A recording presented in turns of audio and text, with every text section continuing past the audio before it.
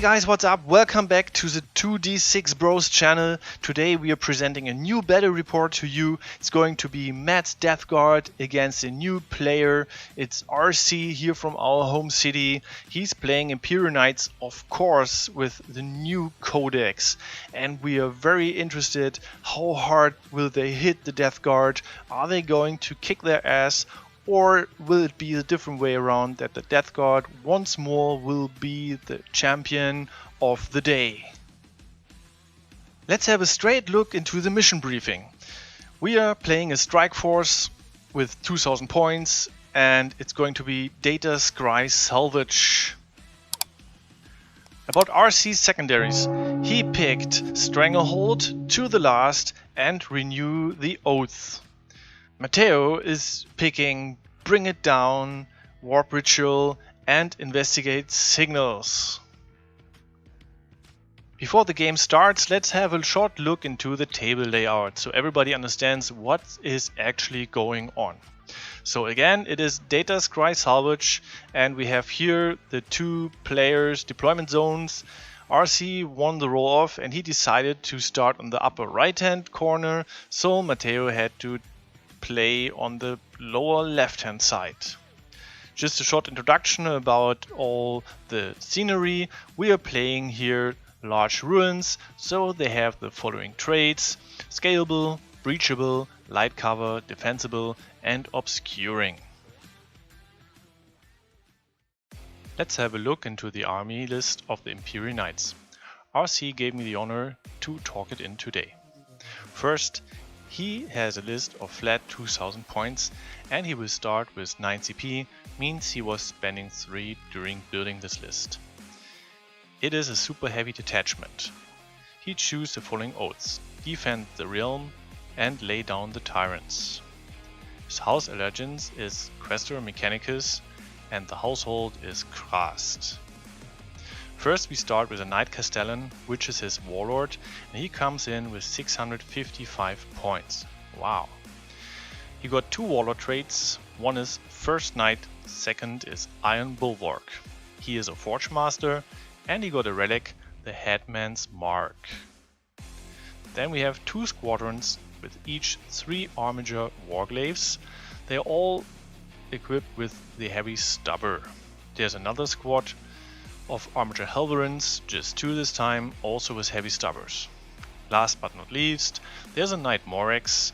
He got a warlord trait, Blessed by the Sacristans, and a relic, the Bastard's Helm. Alright guys, so the Death Guard army introduction. The first thing is a battalion. I chose to play Company the Wretched because I wanted to capitalize a little bit on psychic actions and mortal wounds, because I knew that the Imperial Knights army was not able to stop it with denies. My HQs were 2 Malignant Playcaster. The first one was my Warlord. His Warlord trait was Arch Contaminator. Since I knew he would be in the center with the infantry and with the Terminators, he could give them reroll on their plague weapons. His relic was the Demon's Favor, which allowed him to get an extra save, and also he had the +1 to how many spells he could know, and he could get a free reroll on his casting. I had a second Malignant Playcaster who was there specifically to do the psychic action, which for this match was actually the ritual. For troops choices, I had 2 squads of Plague Marines equipped with a Melta and a Plague Cleaver. Now the Melta is not really worth it in my opinion, I think, because it will miss most of the time, more often than not. It can do miracles, but don't expect it, and for 10 points it might not be worth it on your list. You can save 20 points by not taking it for 2 squads. I needed the Plague Marines because I needed OBSEC, I needed quick turn 1 when they're in Rhino, countering of the center board. And last but not least, a unit of screening Poxwalkers. There was 15 of them, and basically they're used to put pressure in the front. They're used to capture contest objectives and tie up some stuff if I'm lucky, as long as they last. Next up is the Elite's choice. In the Elite's choice we had Blightlord Terminators. There was 10 of them, and 1 Blightlord Champion and 9 Blightlord Terminators. Essentially this unit is your bread and butter. It's the center holding unit. It's the one that shoots, harasses, and is there to take a lot of fire. Next up, I had 6 Death Shroud Terminators. They were there as an elite and a melee counter charge. The Tallyman, well, that's a staple for every list. There is not a single Death Guard list without a Tallyman. He gives a tally on your units, and he also gives you that precious CP every turn. He was equipped with a relic called the Toll Keeper, which has exploding 6s to hit on ranged weapons. It's great for grenades, and it's great for shooting when you've got blight cannons and meltas and all that stuff in your units. It's awesome. Next up, in the fast attack, we had a unit of Mephitic Blight Haulers. Now those things, well, they're great against most armies. They can take a lot of fire, and if you're rolling hot on your invulns, they can essentially tank a lot of stuff while dealing damage back. They're fast, and they can put pressure when you need it. In the No Force Organization slot, which is the Fetid Virion for the Death Guard, we had a Biologist Putrefier. Now the Biologist Putrefier is a staple for most of the Death Guard list. He's there to give you mortal wounds. So essentially, also can upgrade your grenades, but probably the choice you have him for is to inflict mortal wounds in combat with your squads of Death Shroud Terminators who can get a ton of attack and really kind of trigger those 6s to get those mortal wounds in. Last but not least, we have our transport section, dedicated transport. We have our Chaos Rhinos. Chaos Rhinos are a little bit overpriced, I still think, but with the new Armor of Contempt, they're pretty durable compared to what they used to be, and they can get the job done. They give Death Guard really that critically needed movement on turn 1. Thanks to the Rhinos, you can really put the pressure on your opponent and just try to get the primaries and the objectives in the center of the board, and by reaching in, and they also protect your very valuable Plague Marines. So for me, it's really hard to justify not taking them now. When you have Plague Marines, strongly suggest to take Chaos Rhinos. Okay, so this is the deployment. We can see on this side we have the Death Guard, and the Death Shroud Terminators are hiding in this building here. And in this building we have the Blightlord Terminators, we have Rhinos, we have the Blight Holders. Here we have Poxwalkers in the front, running maybe for some objective markers. And on the other side, the terrifying wave of the Imperial Knights. We have here the Warglaves, here also Warglaves, there's a Castellan. Here we have the Helverins and the Morax. Let's see who will start the game.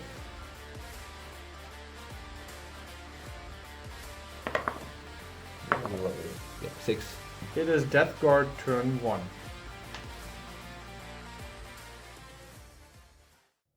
Alright, so basically I advanced with most of these guys here on the left flank, just to try and capture this objective, put some pressure on the left flank, and once I have this objective I can score data intercept with the backfield units. I also did the same thing over here with my Poxwalkers to capture this objective over there, and putting pressure on that side. In the center, I essentially just came here with the Mephitic Blight Haulers, tried to do a pop shots, but it didn't do anything. Bad dice, very bad dice. These guys here came forward, no advancing, did Investigate Signal, 6 inch from the center. One of the casters did Warp Ritual, 6 inch from the center to get me my points. And basically I casted 2 buffs on my guys, and that's literally it. Didn't charge, didn't kill anything, didn't do any damage yet. The Castellan like Knight is now shooting the Mephitic Blight Holders. They're -1 to hit. Okay, so these 3 shots. These 3 shots, yeah. That's 2 shots. Shots and hit on 4. I will free reroll this. Free reroll, yes. Your only one. Oh, excellent. 2 hit. Yep. And there will be 2 to wound. Yeah, Strength Gazillion? 16. Yeah. 2 ones, baby! Oh no! And I will auto change this one to a 6. Okay, cool, no problem. So 1 save. 2 saves. No, this one become mortal wounds. Oh, no damage. Just become no mortal damage. wounds. Just No mortal damage. wounds. Okay, Yeah. so 1 save only on a 5+. Here we go. Now you yeah. I'm gonna try and CP reroll this one. Okay. If you don't mind. Yeah. So let's see if I can get a 5+. And no, only a 4. Sadly. So The dice are not there will with be 2d6 plus 8. Alright, so on turn 1 of the Knights, it was pretty brutal. Essentially, as you can see, the entire army of Knights just went up and grabbed the center objectives. They just wanted to dominate for Stranglehold, which they did. They actually managed to get all 4 of the center No Man's Land objectives.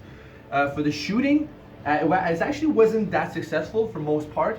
most of the guys over there didn't manage to kill their targets. They failed to kill this rhino. They had failed to kill the rhino on the other side. They actually finished it off in melee with the chainsaw, the Reaper chainsaw. So the shooting was not very effective up until Mr. Castellan came over here and used a 4 CP strat called calculated targeting and absolutely annihilated the entire unit of Mephitic Blight Haulers in one go. It was brutal. It was awesome to watch.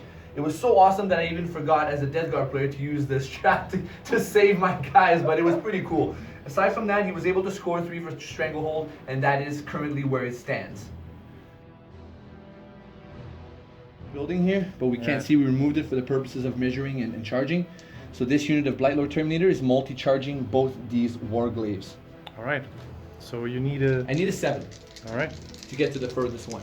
So here we go. I'm going to CP reroll that and see if the luck gives me. Yes, that's exactly a 7. There we go. Unit of Blightlord Terminators is charging 3.5, so I need a 3. And they are multi-charging both of these Warglaves from the Death Shroud. Shall be easy. Yep, short and easy. So that's a 7. Nurgle wanted it. There you go. 2 multi-charges in 1 turn. It's brutal. Alright guys, the end of the Death Guard turn 2. Now this turn was probably the most crucial in terms of Death Guard turns in the whole match. The Knights player played very aggressive on turn 1, which gave him a lot of the objectives in the center, gave him control of the board, but he put himself in a position where you can get countercharged by a lot of the Death Guard army, which I did. I took advantage and I unloaded the Plague Marines on the right flank. The Plague Marines actually went and were able to charge, assault, and basically contest this point, but they unfortunately lost it in the end due to countercharge. It didn't quite kill it, had about 1 or 2 wounds left, so now it is his. The Poxwalkers were inside. They didn't get to hit or anything because outside, as you can see of the building, the Blightlords multi-charged both the Warglaive that were outside the building and the one that was inside, and they managed to kill both thanks to shooting, mortal wounds stacking from the psychic phase of the Plaguecasters and the good charges and hits. The Plaguecasters did their thing. They did their spells. They got everything off. I can't complain this game, and even got their actions. Over here, the Tallyman performed the action of the specific data intercept. And over here, the Death Shrouds were able to capitalize on really easy charges of these 2 Warglaves that really put themselves ahead of their army to capture that. So I couldn't get them killed because the dice, he had really good saves. I didn't roll enough 6s, but they're both down to their last tier, 1 or 2 wounds remaining. They're on the edge. They're not so useful anymore. So that's basically where the game stands at this turn. Let's go on to turn 2. To the Knights.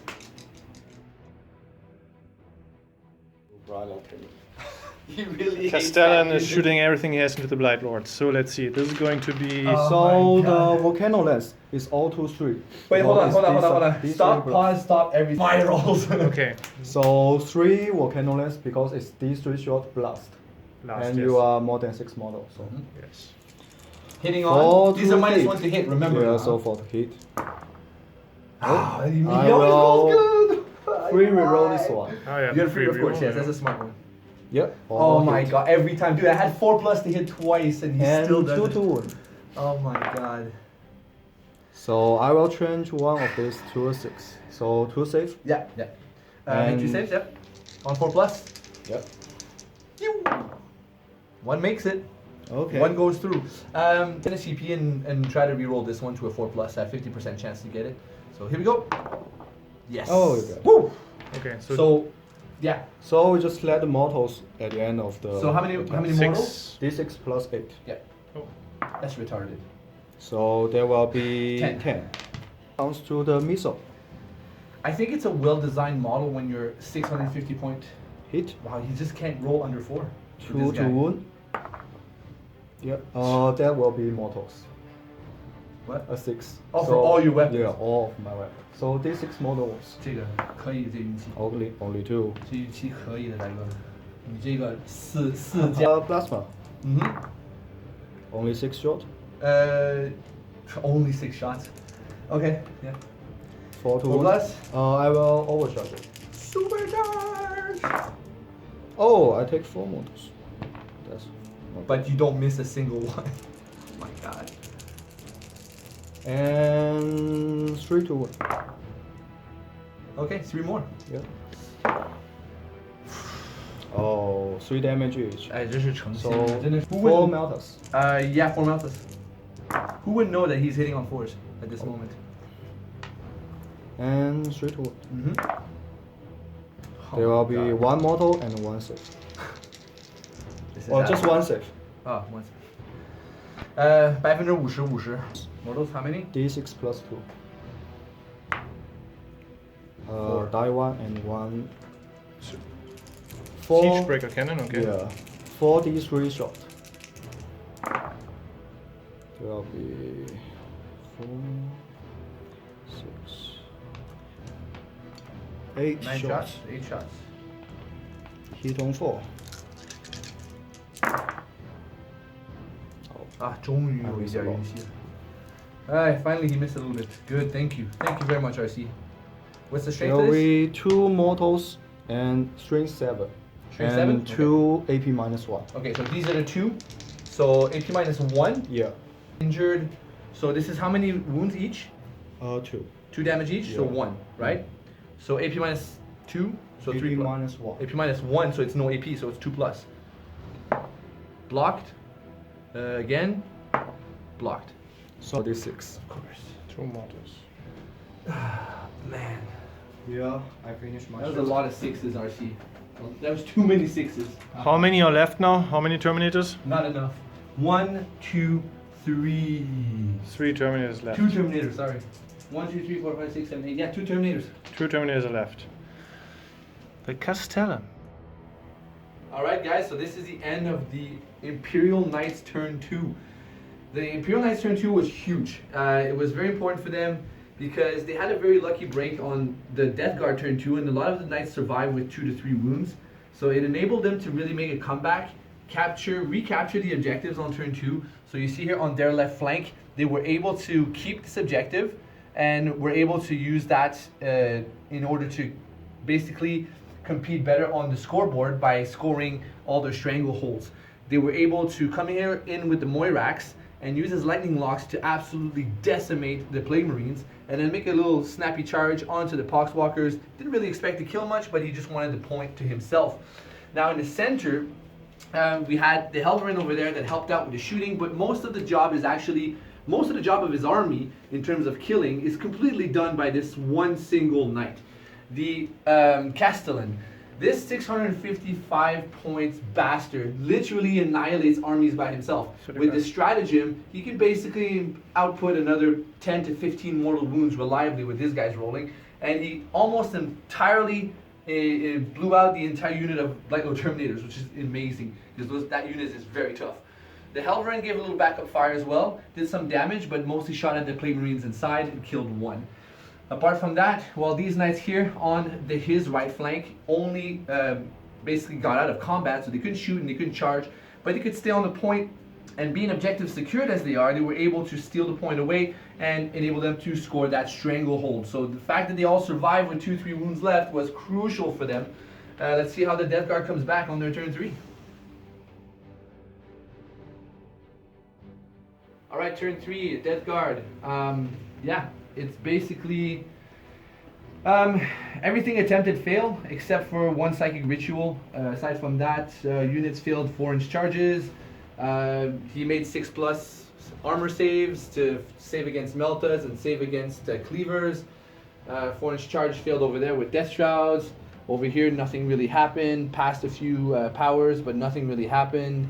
This guy here saved all his saves against 5+ armor saves, and yeah, it's essentially like a turn of absolute nothing for the Death Guard.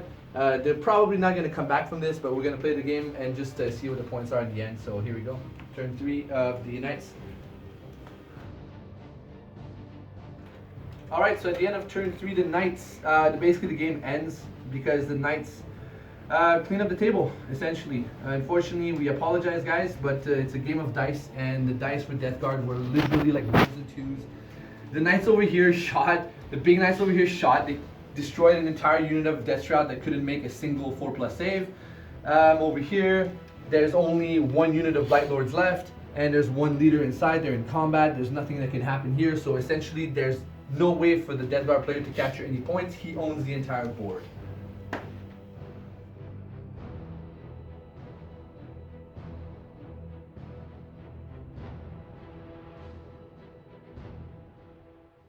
What's up, guys? Mattheos from 2D6 Bros. This is the post-game show.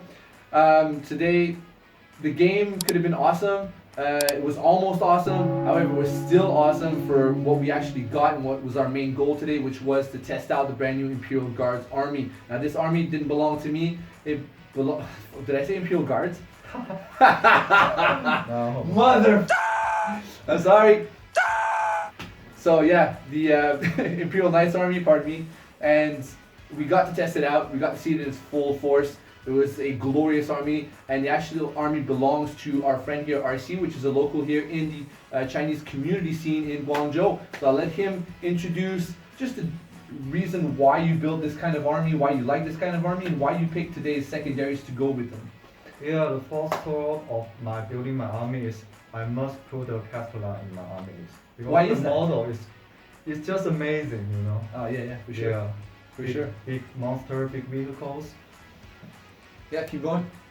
Yeah, and so that is a Castellan in my army with the volcano lens and 2 missiles and 2 surge breaker cannons. And although it costs around like 600 PTS, but I think it's worth because look at how many guns he has. Yeah, it's insane, It's dude. just insane. That guy literally, I think, like due to your stratagem that you pop for 2 turns in a row, he Yeah. literally killed like, if I had to quick math it, I think it's about like 800 points worth of units. Yeah. He's an army killer. He's a great model too. No matter vehicle, monsters, heavy infant, he can Yeah. kill everything. Yeah, 100%. Yeah. Yeah, he's a quest mechanics model, so he can use the strategies named calculating targeting. Mhm. It costs 4 CP, but it's just insane. You can like deal like 20 mortal wounds per turn by just 1 Castellan. Yeah, it was absolutely, dude. Even in the games, you Yeah. guys are gonna see, like you guys saw in the game, he raced everything that he targeted without discrimination. He didn't care. So for you, you would think that it's important to put the Castellan in every army of knights you get. Yeah. I mean, yeah, that's their advantage, right? That's the Imperial Knights' advantage over the Chaos Knights is that they're better at shooting. What about Yeah. like the small knights? Why, like, I'm curious as to why you took the actual Moirax instead of just taking another Hulverin or taking another, you know. Yeah, you know, knights do not lack of the big shots. They really lack of some small shots. Like the lightning codes, it can do 12, strength 8, strength 9, strength 6, 18 minus 2 damage 1.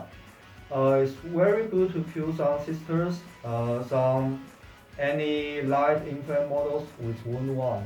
So you're like sold on the lightning locks? Yeah. You like that, right? It's basically a better Tesla because it has armor Yeah, piercing. better Tesla. Yeah, it's armor piercing. What about your secondaries? Secondaries, I think before the new Codex release, knights are really bad at objects securing Yeah. and secondary. Yeah. But now things have changed. You know, with tons of small knights, you can just go anywhere Obsec. over the map and control the object. And they all have object securing ability. But that actually came with one of the data slates before the Codex. They were already Yeah, but 5 model They offsets. become more toughness now. Yeah, So it's not that easier to kill, true. Oh yeah, today it was especially in yeah. shooting. Yeah. Yeah, shooting is very, very hard to kill them. They're very tough. They have, Yeah. especially with that transhuman now, that helps a lot. If guys are targeting melt on you and you just want that knight alive, you just pop a transhuman on it, and there you go, he's alive. Yeah, and they are quite cheap. Yeah, for me, it's the only thing about the knights. So I think the army right now, like the rules were not. There's a few things that I found here and there that could be fixing. For example, one, I would say the points cost. So the points cost for the small knights, I think, are still a little bit too low. They're a little bit too spammable if you're really going to go heavy on them. I think right now that GW should. It's a little bit like what they did with the Harlequins. So the Void Reaver spam where like people just brought 9 Void Reavers and just killed everything. I think this is the kind of same situation. As long as you change the points a little bit to balance it so there's less spam of the smaller knights, because it's very hard for most armies to basically even try to play the primaries against the knights right now because they have so much obsec, so much speed, so much toughness. It's like they own the map. So basically, they should just adjust the points, but I think the army in general is pretty balanced. Yeah, it's pretty balanced. Just not compared to the army like Knights, Elder, Yeah. and Tar. What I love the most of the Knight Codex is it just gives you lots of variation to build your list. Yeah. You can even just take 2 small knights and the others are big knights. Yeah. Yeah, it's absolutely true. It's great variation, great synergy, excellent all around. So guys, if any of you were ever thinking of getting the Knight Army, now is the time because these things are beasts. Yeah. Apart from that, for me, it was like, I thought I was going to have a very competitive game. I didn't think I was going to win. I knew I was going to get like really attrition down because the Knights have that firepower to do it. I was talking with my partner Tim yesterday. I was saying I'm probably going to last about 3 to 4 turns before I start dying like completely off. If I'm lucky, 4. However, the problem was really like on all the crucial stuff that I needed to do. The dice rolls didn't go my way, so I wasn't able to compete on the primaries because of like very, very, very bad dice rolls. Apologize for that. Once again, we can't control the dice in the game, so yeah. But apart from that, I think the Death Guard would have done, if it wasn't for such a skewed dice roll, I think the Death Guard could have actually very well competed with the Imperial Knights army. So this is just once again to show that the Knights are not like an overpowered, broken army. They're not. They're a very balanced army, and I think that most armies on B+, A- tier can compete with them. It's going to be tough. It's an uphill battle for sure. It's hard, but especially when the Knights player is very good. How many Knights games you've played so far? Like 7 or 8. So he's already played. RC's already played 7 or 8 Knights games since the Codex release, right? Yeah. You were using the leaks. There you go. So he was using the leaks. So yeah, as you see, like a bit of experience with the Knights guys, and it's yeah, you have very, very competitive army choice. So yeah, pick up the Knights. It was a great game. It was super fun. Thanks a lot, and Thank you. we'll see you guys next time.